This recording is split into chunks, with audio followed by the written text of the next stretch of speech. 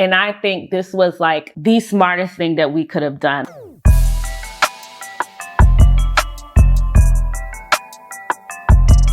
Okay, friends, welcome back to my channel and welcome to the Type A Plus Bride series. If you know me, you know that I am regularly Type A, but when I started my wedding planning, my mom was like, you are like beyond Type A, you are like Type A Plus. And I was like, that is so funny because it's a little bit true. I feel like when people think of Type A, they think of people who have to be perfect or need things to be perfect. When I think of Type A or Type A Plus for myself, I think it's not about saying I want to be perfect on my wedding day or I want this to be perfect. It's saying I will be perfect because I have a vision and I know exactly how I want to execute that vision, and I will execute that vision by any means necessary. Period. And that's honestly all it is. It's not about being perfectionist. It's about saying, okay, I can't have this, but how can I adapt to get something that's going to give me that same feeling? And I think that's where most brides fall short, is thinking that it has to be rigid, when in fact, a lot of planning, just events in general, but especially your wedding, it has to be very fluid. You have to go with the flow and you have to create the flow, honestly, because you're the bride. Like, everything is harping on your vision, at least in my situation. I can't speak for everybody, but I enjoy that. And one thing that I really appreciate in our wedding planning, I guess we'll just get straight into it, in the wedding planning, is that me and my fiance made decisions to say, if at any point it gets stressful or not fun or not enjoyable, we are going to take a step back. And we haven't had to do that yet. I think we do a really good job of splitting up the duties. He's more of like logisticals and negotiating contracts, and I'm more of the curating, design, things like that. And I've been engaged since August of 2025. So far,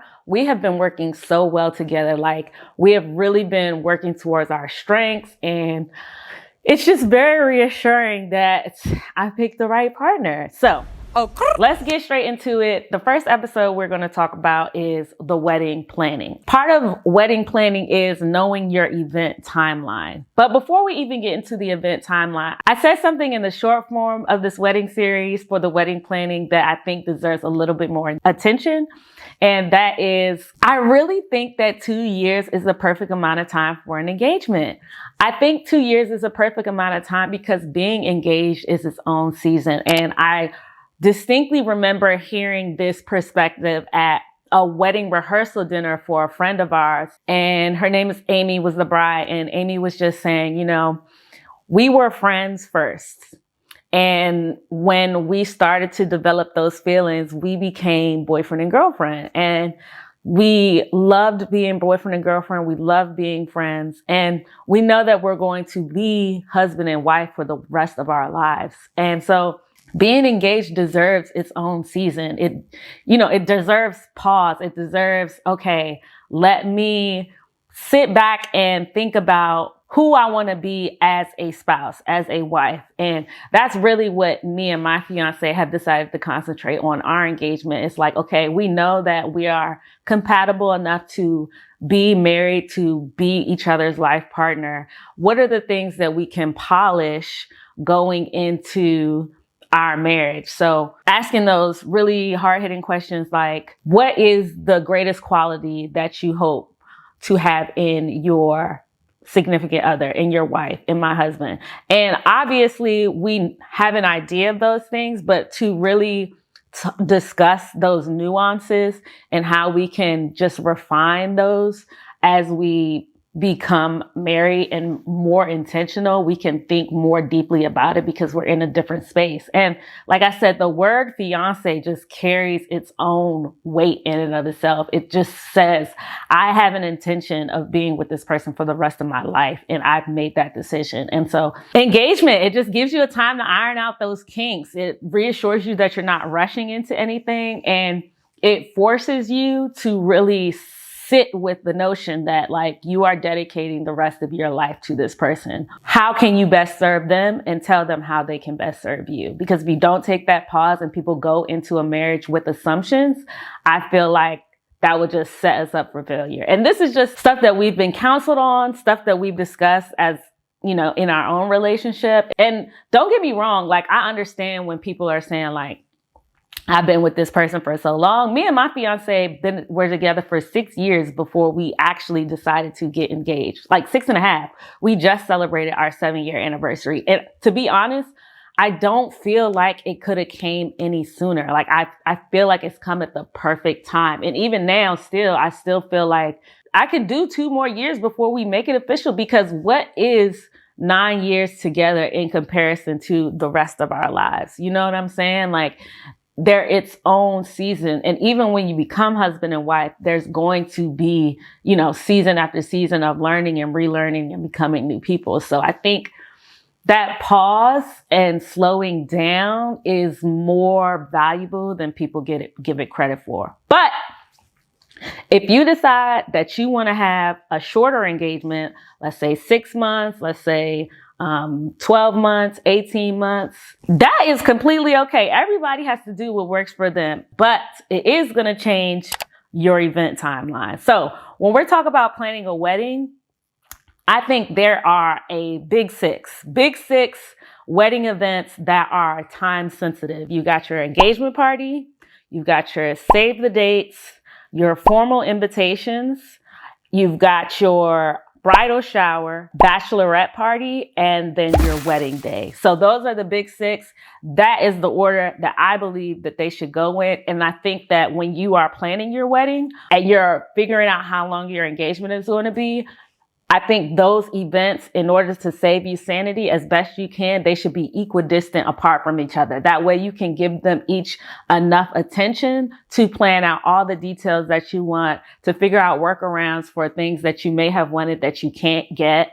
And I also think it gives you a great amount of time to just give each event its own attention. Like, I cannot stress enough how much I feel like we rush through things so much, and then we just miss the moment. You know what I mean? Each of these events deserves its little moment, and that's how we're going to plan for it. So I've got my wedding planner. This is probably one of the first planning tools that I bought, was my wedding planner. I got this off of Amazon.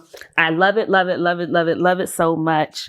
And it's really just a central hub for all of the things that I need to write down wedding related. I'm the type of person where if I don't write it down, it's not in my calendar. It does not exist, because this right here, okay, it keeps me on track. Outside of my wedding planner and everything that I'm writing down in here, I also have my just general weekly planner. Now, this is going to integrate all of my wedding events, things that I need to do, tasks into my everyday life. Because if you're doing it right, your wedding doesn't become your entire personality. Like, you still have other things. I still have other things that I need to do, and I need to fit the wedding into the rest of my life. It can't be my entire life, because I really think that's how people get burnt out. Outside of my wedding planner and my general just life planner, I did buy a double-sided 2-tier whiteboard because when I have an idea and I need to see something in front of me big, and I'm planning like events, I need it in front of me. I need the whiteboard. So I got the whiteboard. And if you want to know what whiteboard I got, I will link it below. But it's not something that everybody needs, but it's something that the type A plus in me really wanted. So that would probably be the most negotiable tool that I got.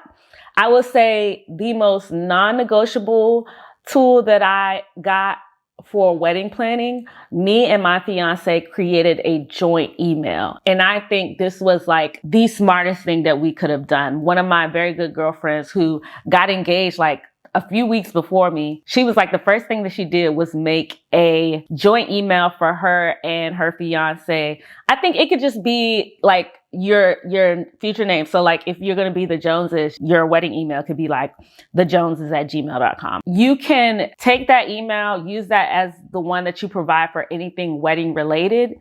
And then that way you and your fiance both have access to it. You can keep it on your phone, and then you could put wedding specific dates and tasks in, you know, your Gmail drive. You can keep it where your Google Sheets is for when you're, you know, writing your guest list. You know, just anything wedding related would just be, and we all know how universal and how many tools Gmail has in and of itself. I think creating a joint email account is probably the most underrated thing that you can do. But that is all I have for today as far as the wedding planning part.